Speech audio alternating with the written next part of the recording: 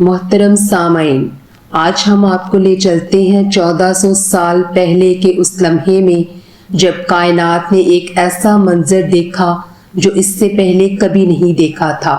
وہ رات تھی جب ظلمت کا اندھیرا چھٹ گیا اور نور کی کرنیں مشرق سے مغرب تک پھیل گئیں۔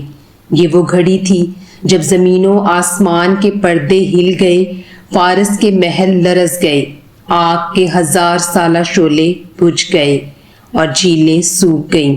یہ وہ لمحہ تھا جب دنیا کے سب سے عظیم انسان، سید الانبیاء، خاتم النبیین، حضرت محمد مصطفیٰ صلی اللہ علیہ وآلہ وسلم اس دنیا میں تشریف لائے۔ آپ کی آمد سے پہلے عربوں میں ظلم، جہالت اور بت پرستی عام تھی۔ بیٹیوں کو زندہ درگور کر دیا جاتا تھا۔ اس وقت شراب نوشی، جوا اور لڑائی جھگڑے عام ہو چکے تھے۔ دنیا کے دوسرے بڑے ملکوں میں بھی ظلم اور زیادتی عام تھی۔ اہل کتاب بھی اپنی کتابوں کی اصل تعلیمات بھول چکے تھے۔ اس رات حضرت آمنہ رضی اللہ تعالی عنہا نے ایک روشن خواب دیکھا۔ حضرت آمنہ فرماتی ہیں، جب میں نے اپنے لگتے جگر کو اپنے بطن میں پایا تو میں نے ایک نور دیکھا جو مجھ سے نکل کر شام کے محلات کو روشن کر رہا ہے۔ پھر میں نے خواب میں سنا کہ کوئی کہنے والا کہہ رہا ہے، اے آمنہ، تم کو دنیا و آخرت کے سب سے عظیم انسان کی خوشخبری ہو۔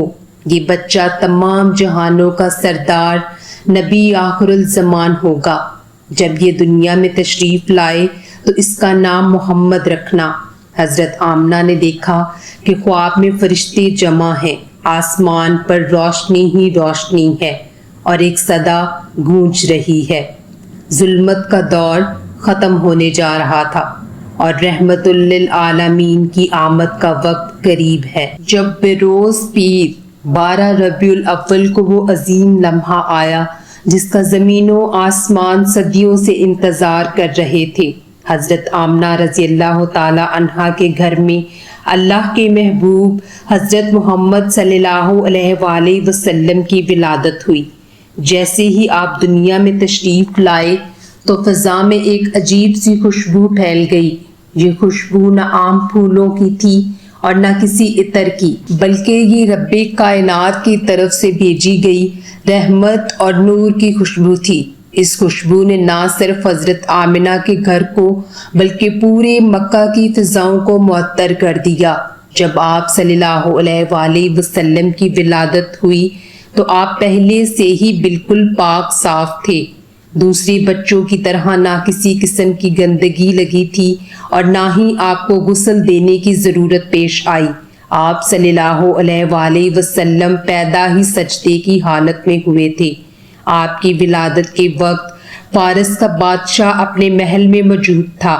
اچانک زلزلہ آیا اور اس کے محل کے 14 کنگرے زمین بوس ہو گئے۔ اس وقت کے علماء نے یہ بھی کہا ہے کہ 14 کنگرے فارس کے 14 بادشاہوں کی نشانی ہیں جن کے بعد سلطنت ختم ہو جائے گی۔ فارس میں 1000 سال سے ایک آگ جل رہی تھی جسے وہ خدا مانتے تھے اور اس کی پرستش کرتے تھے۔ آپ صلی اللہ علیہ وآلہ وسلم کی ولادت کے لمحے وہ آگ بجھ گئی۔ یہ اس بات کی علامت تھی کہ اب شرک کا اندھیرا ختم ہوگا۔ ایران کی مشہور جھیل جو صدیوں سے پانی سے بھری رہتی تھی اچانک خشک ہو گئی۔ خانہ کعبہ اور دیگر معبودوں میں جو بت رکھے تھے وہ اچانک زمین بوس ہو گئے۔ حضرت آمنہ رضی اللہ تعالی عنہا نے دیکھا کہ ایک نور آسمان کی طرف بلند ہوا ہے جس نے شام اور روم کے محلات کو روشن کر دیا۔ اس وقت یہود و نصارہ کے علماء اپنی کتابوں میں پہلے ہی پڑھ چکے تھے کہ آخری نبی کی آمد قریب ہے۔ کئی اہل کتاب نے اس رات آسمان کی طرف دیکھا اور کہا، یہ وہ رات ہے جس کا ہمیں انتظار تھا۔ محترم سامعین، حضرت محمد مصطفیٰ صلی اللہ علیہ وآلہ وسلم کی ولادت محض ایک تاریخ نہیں، یہ ایک اعلان تھا، اعلان توحید، اعلان حق اور اعلان عدل۔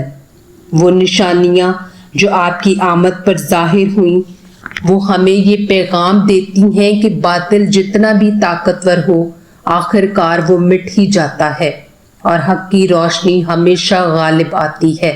یاد رکھیے، رحمت للعالمین کی محبت صرف زبانی دعووں سے پوری نہیں ہوگی، بلکہ ان کی سنت پر چل کر ہی ہم سچے عاشق رسول کہلا سکتے ہیں۔ آئیے سب مل کر درود پاک پڑھیں۔